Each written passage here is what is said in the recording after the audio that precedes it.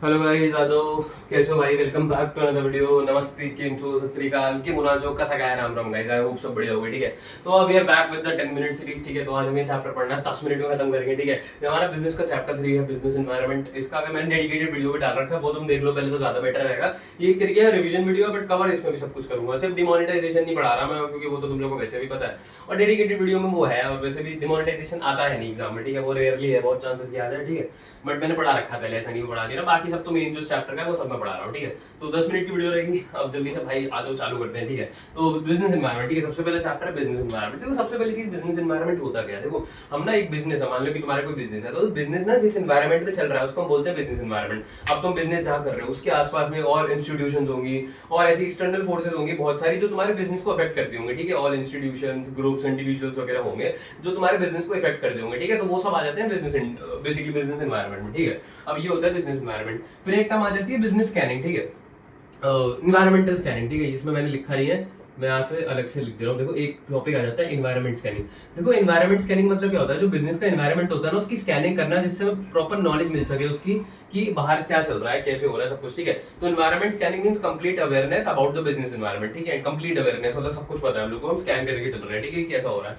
अब देखो, business environment के फीचर्स क्या होते हैं। ठीक है, एक सबसे पहला चीज, it includes all the external forces. मतलब सारी एक्सटर्नल फोर्सेज इंक्लूड होती हैं बिजनेस एनवायरनमेंट में, जैसे कि ऑल इंस्टीट्यूशनल्स, इंडिविजुअल्स, जो भी लोग हैं, सब कुछ इंक्लूडेड रहते हैं हमारे बिजनेस एनवायरनमेंट। ठीक है, अब देखो, इसमें कुछ फोर्सेज होती हैं जो स्पेसिफिक होती है, हाँ ठीक है, और कुछ होती हैं जनरल होती है। देखो, दो तरीके के हम लोग, मतलब हम लोगों पे ना दो तरीके के इफेक्ट होते हैं। देखो, एक कुछ फोर्सेज होती हैं जो स्पेसिफिकली हम पे इफेक्ट करती हैं, और एक जो जनरल सब पे इफेक्ट करती हैं। ठीक है, अब स्पेसिफिक फोर्सेज कैसे हो गई। देखो, स्पेसिफिक फोर्स वो हो गई, जैसे कि आपका कोई कस्टमर है। ठीक है, अगर आपने कस्टमर को अच्छे से ट्रीट नहीं किया तो क्या पता वो दूसरी दुकान पे चला जाए। ठीक है, तो ये स्पेसिफिक फोर्स है, ये आपके लिए हो रही है सिर्फ। ठीक है, अगर आपका कस्टमर आपसे गुस्सा हो रहा है तो बाकी को कोई नुकसान नहीं है। ठीक है, बट हो सकता है जनरल फोर्सेस में क्या है, जो जनरली सारी बेसिकली फॉर्म्स को इम्पैक्ट करे, जैसे जीएसटी में कुछ परसेंटेज बढ़ गया या कम हो गया, तो वो सारी फॉर्म पे इफेक्ट करेंगे ना, सिर्फ आपकी फॉर्म पे तो नहीं करेगी, तो वो आ जाएगी जनरल फोर्सेस में। ठीक है, फिर थर्ड चीज आ जाती है इंटर रिलेशन। देखो, इंटर रिलेशन मतलब क्या होता है, अगर कोई चीज आती है ना तो साथ साथ और भी चीज आने लगती है, जैसे मतलब इंटर रिलेटेड रहता है। अगर बिजनेस एनवायरनमेंट किसी तरफ इंक्लाइन हो रहा है तो बिजनेस भी उस तरफ इंक्लाइन हो जाता है। जैसे कि तुम देखोगे, जैसे वेस्टर्न कल्चर जैसे जैसे बढ़ता जा रहा है, तो फास्ट फूड की कितनी ज्यादा हमारी डिमांड बढ़ती जा रही है। ठीक है, तो अगर वेस्टर्न कल्चर वैसे कम होने लगेगा तो फिर हमारे वही फास्ट फूड की डिमांड गिर जाएगी। ठीक है, तो इंटर रिलेटेड है, अगर एक चीज हो रही है तो बाकी चीजें भी उससे रिलेटेड ही होती है। ठीक है, और फिर नेक्स्ट आ जाता है अनसर्टेनिटी। अनसर्टेनिटी मतलब जो बिजनेस का एनवायरनमेंट होता है ना, बेसिकली ये अनसर्टेन होता है। मतलब हम प्रिडिक्ट नहीं कर सकते इजीली। ठीक है, हम स्कैन तो कर सकते हैं बट इजीली प्रिडिक्ट नहीं कर सकते कि क्या होगा। ठीक है, ये हो जाता है अनसर्टेनिटी, क्योंकि वो कभी भी चेंज हो सकता है। ठीक है, फिर आ जाता है फेस मतलब डायनामिक। डायनामिक मतलब तो तुम्हें पता है, मैंने हमेशा बताया, डायनामिक मतलब एवर चेंजिंग। एवर चेंजिंग मतलब रोज बदल रहा है भाई बिजनेस एनवायरनमेंट। आज कुछ है, कल कुछ है, कभी जीएसटी का कुछ चल रहा है, मतलब हर रोज कुछ ना कुछ नई चीजें आ रही है जो बिजनेस को इंपैक्ट कर ही रही है कहीं ना कहीं से। ठीक है, तो ये बिजनेस एनवायरनमेंट जो है बहुत डायनामिक है, कभी ना कभी कोई दिक्कत तो आएगी बिजनेस में आपको। ठीक है, चलने में। फिर आ जाता है कॉम्प्लेक्स। कॉम्प्लेक्स मतलब भाई तुम एक हद तक समझ सकते हो एनवायरनमेंट को स्कैन करके कि बिजनेस एनवायरनमेंट कैसा है। ठीक है, मतलब क्या होने वाला है, आगे क्या चेंज होने वाला है, तुम वो प्रिडिक्ट कर सकते हो। ठीक है, बट तुम ये नहीं प्रिडिक्ट कर सकते कि उस चेंज से तुम्हें को तुम्हारे को क्या इफेक्ट पड़ेगा। ठीक है, तो वो कॉम्प्लेक्स है बिजनेस एनवायरनमेंट। कॉम्प्लेक्स इसलिए क्योंकि तुम मतलब तुम एनवायरनमेंट स्कैनिंग करोगे तो तुम ये समझ पाओगे कि आगे क्या आने वाला है या क्या होने वाला है, बट तुम ये नहीं समझ पाओगे कि उससे तुम्हारे बिजनेस को क्या इम्पैक्ट करेगा, क्योंकि बहुत कॉम्प्लेक्स दो फिनोमेना है। ठीक है, फिर आ जाता है रिलेटिविटी। रिलेटिविटी मतलब रिलेटिविटी मींस मतलब वो बेसिकली जगह टू जगह डिपेंड करता है, स्टेट टू स्टेट, कैपिटल जो भी है अपना, कंट्री टू कंट्री वगैरह डिपेंड करता है। ठीक है, अब जैसे तुम लोग मान लो कि साड़ी साड़ी की सेल यूएसए में तो ज्यादा होगी नहीं, इंडिया में ही ज्यादा होगी ना। ठीक है, तो रिलेटिविटी है, जो जगह की जगह चेंज होती रहती है। मान लो यहाँ साड़ी ज्यादा बिक रही है तो यूएसए में कम बिकेगी। ठीक है, तो वही सब आ जाता है रिलेटिविटी, मतलब वो जो एरिया टू एरिया डिपेंड करता है। ठीक है, फिर आ जाता है बिजनेस एनवायरनमेंट की और स्कैनिंग करने की इसकी इंपॉर्टेंस क्या है। ठीक है, देखो, अगर हम बिजनेस एनवायरनमेंट की रेगुलर स्कैनिंग करते चलेंगे ना तो क्या होगा, it enables the firm to identify opportunities and getting first mover advantage. देखो, अगर तुम ना स्कैन करते रहोगे तो तुम्हें पता चल जाएगा कि क्या नया बेसिकली अपॉर्चुनिटी आ रही है, तुम उसे स्कैन करके इजीली कैप्चर कर सकते हो। ठीक है,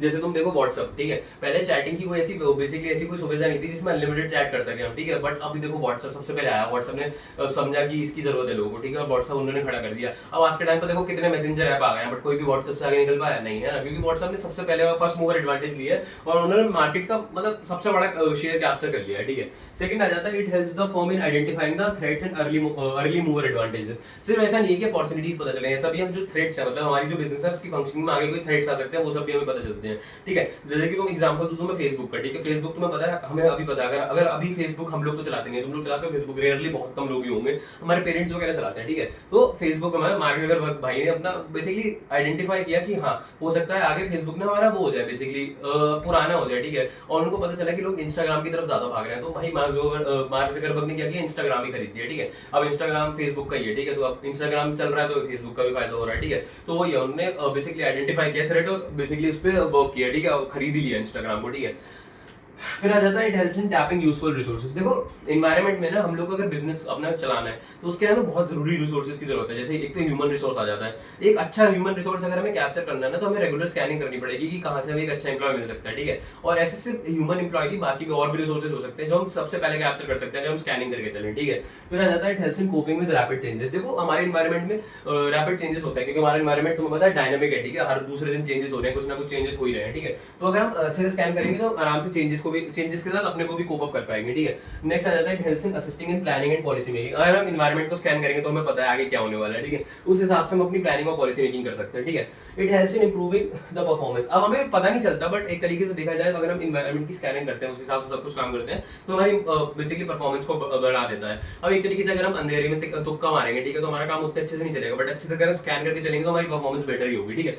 अब जो एक तरीके से एक्सटर्नल फोर्सेज मतलब बेसिकली एक्सटर्नल फोर्सेज या फिर जनरल फोर्सेज बोल सकते हो, वो जनरल फोर्सेज होते हैं, कुछ 5 जनरल फोर्सेज होती हैं, ऑल्दो इनको डायमेंशंस ऑफ बिजनेस एनवायरनमेंट बोलते हैं, ठीक है। अगर तुम्हें इनको याद करना है तो इसकी शॉर्ट फॉर्म है स्लैप, ठीक है, social, legal, economical, political, technological, ठीक है। बट पहले आ जाता है इकोनॉमिक एनवायरनमेंट। देखो वो चीज है ना जो पैसे से डिपेंड करती है, मतलब जो पैसे पे इफेक्ट करती है, ठीक है। बेसिकली तुम्हारी जेब में कितना पैसा उस पर इफेक्ट करते हैं, ठीक है। मान लो कि सरकार ने जैसे ये सब चीजें आ जाती है, जैसे इंटरेस्ट रेट वगैरह, ठीक है, जैसे बैंक है, बैंक में इंटरेस्ट रेट वगैरह बढ़ गया तो हमारे जेब में पैसा कमा रहा है, वो सब चीजें आ रही है, ठीक है। तो जो भी चीजें पैसे पे इफेक्ट करती है, मनी पे इफेक्ट करती है, वो सब आ जाती है इकोनॉमिक एनवायरनमेंट पर, ठीक है। फिर आ जाती है सोशल एनवायरनमेंट। सोशल एनवायरनमेंट मतलब लोग के ट्रेडिशन, वैल्यूज, उन लोग के मॉरल वैल्यूज वगैरह, ठीक है। जैसे तुम देखोगे दिवाली, अगर तुम दिवाली या ईद वीद पे देखोगे तो उस टाइम पे ना मिठाइयों की सेल ज्यादा बढ़ जाती है, ठीक है, क्योंकि वो लोगों के ट्रेडिशन है, लोग की मानने की चीज है, ठीक है। और लोग की कुछ कस्टम्स होते हैं जो वो पहले से मानते आ रहे हैं, ठीक है। वो सब चीजें भी बेसिकली बिजनेस एनवायरनमेंट को अफेक्ट करती हैं कहीं ना कहीं से, ठीक है। और सोशल में वो भी आ जाता है चीजें जो मतलब अब आ रही है, फर्दर आ रही है। जैसे अब तुम देखोगे नए ट्रेंड्स आ रहे हैं, जैसे कि अभी तुम देखोगे फिटनेस का बहुत ट्रेंड चल रहा है, तो आजकल ऑर्गेनिक आइटम्स वगैरह, जिम्स वगैरह में बहुत सारी सेल वगैरह हो रही है। ऑर्गेनिक आइटम्स की तो सेल बढ़ती जा रही है क्योंकि लोग बेसिकली फिटनेस की तरफ ज्यादा इंक्लाइन हो रहे हैं आजकल, ठीक है। तो वो आ जाता है सोशल एनवायरनमेंट में। थर्ड आ जाता है political environment. Political environment basically देखो सोशल एनवायरनमेंट में वैसे वो चीजें भी आ जाती है जो सोसाइटी के लिए होती है। जैसे हमने बेसिकली मेल और विमेन और मेल को, ठीक है, विमेन एंड मेल को इक्वल राइट्स देने हैं, फिर जॉब में इक्वल सैलरीज देनी है, ये सब चीजें जो आ जाती है हम लोग मांगते हैं सोसाइटी के लिए इक्वालिटी वगैरह, वो सब भी सोशल में आ जाता है, ठीक है, क्योंकि वो हमारी सोसाइटी का पार्ट है। फिर आ जाता है पॉलिटिकल एनवायरनमेंट। पॉलिटिकल एनवायरनमेंट में सब कुछ गवर्नमेंट से रिलेटेड आ जाता है। जैसे गवर्नमेंट बेसिकली कौन सी स्कीम्स वगैरह चला रही है, जैसे मेक इन इंडिया स्कीम हो गई गवर्नमेंट की, प्रधानमंत्री रोजगार योजना, तो ये सारी जो भी स्कीम्स होती है ना जो गवर्नमेंट चला रही है वो सब इसमें आ जाती है। और second is political environment business को इसलिए डिपेंड करता है। देखो तुम ना अगर देखोगे जैसे पाकिस्तान वगैरह वहाँ पे बिजनेस इतने स्टेबल नहीं चल पाते क्योंकि वहाँ पे सरकार बदलती रहती है, ठीक है। और अगर तुम इंडिया में देखो हमारी गवर्नमेंट फिर भी थोड़ी काफी हद तक मतलब पाकिस्तान से तो बहुत ज्यादा काफी हद तक स्टेबल है, ठीक है। पाकिस्तान में मतलब किसी भी गवर्नमेंट ने अपना टेन्योर नहीं पूरा किया 5 साल का, ठीक है, पहले गिर जाती है सरकार वहाँ पे, ठीक है। तो अगर तुम इंडिया में देखो या फिर और बाहर कंट्रीज में देखो तो जहाँ भी अगर गवर्नमेंट स्टेबल है ना तो वहाँ पे सारी कंट्रीज इन्वेस्ट करना चाहती है क्योंकि उन्हें पता है कि ऐसा कोई सडन लॉस या प्रॉफिट नहीं हो जाएगा उन लोगों को जिससे उन्हें दिक्कत हो सके, ठीक है। तो पॉलिटिकल एनवायरनमेंट में सारी सरकार से रिलेटेड चीजें आ जाती है। फिर आ जाता है लीगल एनवायरनमेंट, ठीक है। लीगल एनवायरनमेंट मतलब जो लीगल चीजें हैं जैसे कि जो बेसिकली पार्लियामेंट में गिवन है या किसी लॉ में गिवन है या एक्ट में गिवन है, ठीक है, वो सब चीजें भी हमारे बिजनेस को काफी हद तक डिपेंड करती है। मान लो कि हम लोग सिगरेट्स वगैरह बेच रहे हैं, स्मोक्स वगैरह, बेसिकली सिगरेट या बेसिकली इतना समझ लो कि ठीक है, दारू वगैरह बेच रहे हैं, सिगरेट्स वगैरह बेच रहे हैं, ठीक है। तो उस पर तुम लोग को मतलब हम लोग को ना कंपलसरी है लिखना है। जैसे सिगरेट है, सिगरेट अगर हम बेच रहे हैं तो उसके डिब्बे पे कंपलसरी है लिखना है कि स्मोकिंग किल्स, ठीक है। तो वो सब जो भी लीगल हमारे को चीजें बताई गई है ना कि लीगली करनी है। अब जैसे ये दारू वगैरह के ब्रांड है, ठीक है, ये मतलब दारू वगैरह जो बेचते हैं बेसिकली कॉकटेल्स वगैरह बेचते हैं, ये लोग अपनी वो नहीं कर सकते, एडवर्टीजमेंट नहीं कर सकते क्योंकि अलाउड नहीं है, ठीक है। तो लीगल एनवायरनमेंट में जो भी चीजें मतलब जो पार्लियामेंट में गिवन है, लॉज में गिवन है, वो सब हमको फॉलो करनी पड़ती है, ठीक है। जैसे भाई मैंने बताया कि अगर सिगरेट बेच रहे हो तो तुम्हें लिखना पड़ेगा स्मोकिंग किल्स, ठीक है, क्योंकि वो तुम्हारी एक तरीके से लीगल रिस्पॉन्सिबिलिटी है, ठीक है।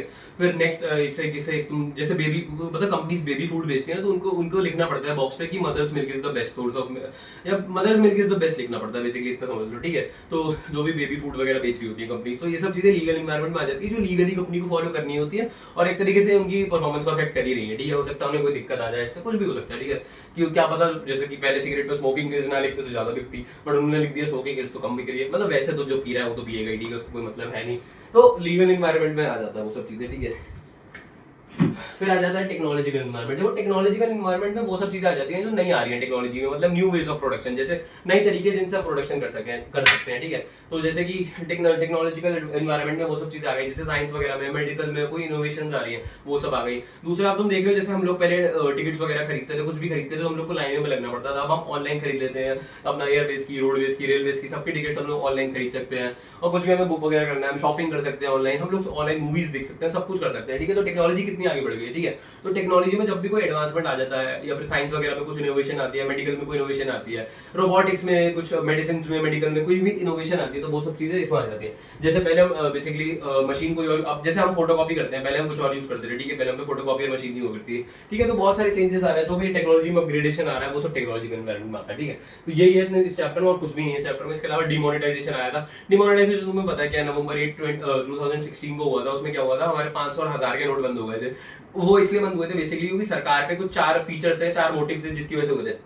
एक तो सरकार को करप्शन रोकना था, ठीक है, जो भी लोगों पे पैसा था वो सबको बेसिकली, मतलब जो भी उनपे ब्लैक मनी था वो सब निकालना चाह रहे थे वो लोग, ठीक है, जिससे उनको टैक्सेस वगैरह पे करने पड़े उस पर, ठीक है। सेकंड इज, एक सरकार चाहती थी कि लोग सेविंग्स वगैरह की आदत डेवलप करें, ठीक है, क्योंकि उस टाइम पे लोगों ने बैंक में अपना पैसा जमा किया, तो उससे क्या हुआ, लोग ही सेविंग की आदत बढ़ने लग गई, क्योंकि उन्हें वहां से इंटरेस्ट भी मिलता है, ठीक है। एंड थर्ड थिंग इज, वैसे तो देखा जाए तो बैंक से कोई फायदा नहीं है, अगर तुम्हें इन्वेस्ट करना है तो इससे बैंक से बढ़िया तो एफडी है, ठीक है, मतलब एफडी थोड़ा तो ज्यादा दे रही है एटलीस्ट, ठीक है।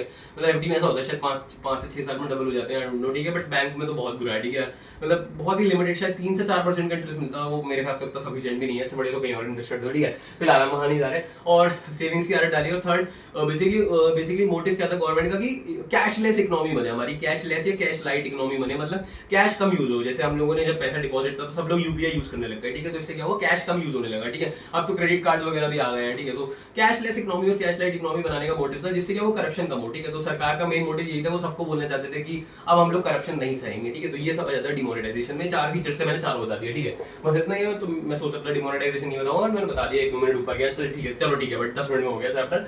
तो फिलहाल इतना ही रखेंगे आज की वीडियो में। इसकी डेडिकेटेड वीडियो का लिंक डिस्क्रिप्शन में दे दूंगा, इसके नोट्स का लिंक भी डिस्क्रिप्शन में दे दूंगा, वहां पे मैं टेलीग्राम का लिंक दूंगा डिस्क्रिप्शन में, वहां पे हैंड रिटन नोट्स है इस चैप्टर के भी और बाकी सबके भी, ठीक है। और मैं इकोनॉमिक्स और अकाउंट्स की वीडियो भी रेगुलर अपलोड कर रहा हूं, वो भी चेक कर सकते हो। मिलेंगे अगली वीडियो में, तब तक के लिए पीस, ठीक है।